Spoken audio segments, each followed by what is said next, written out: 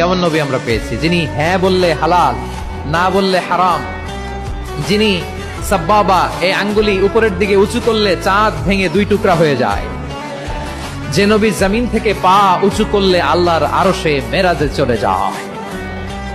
এমন নবীর উম্মত আমরা হয়েছি। যে নবীকে বাদ দিলে কোরআন বোঝা যায় না, কারণ এ নবীর উপরই কোরআন নাজিল করেছে কে?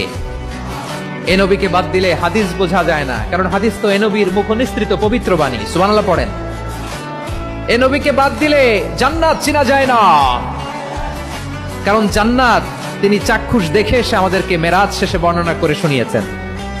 এ নবীকে বাদ দিলে জাহান্নাম চেনা যায় না, এ নবীকে বাদ দিলে আমার রবকে চেনা যায় না। ঠিক কিনা বলেন? কেমন নবী আমরা পেয়েছি, যিনি হ্যাঁ বললে হালাল, না বললে হারাম, যিনি সাব্বাবা এই আঙ্গুলি উপরের দিকে উঁচু করলে চাঁদ ভেঙে দুই টুকরা হয়ে যায়, যে নবী জমিন থেকে পা উঁচু করলে আল্লাহর আরশে মেরাজে চলে যায়। এমন নবীর উম্মত আমরা হয়েছি। যে নবীকে বাদ দিলে কোরআন বোঝা যায় না, কারণ এ নবীর উপরই কোরআন নাজিল করেছে কে?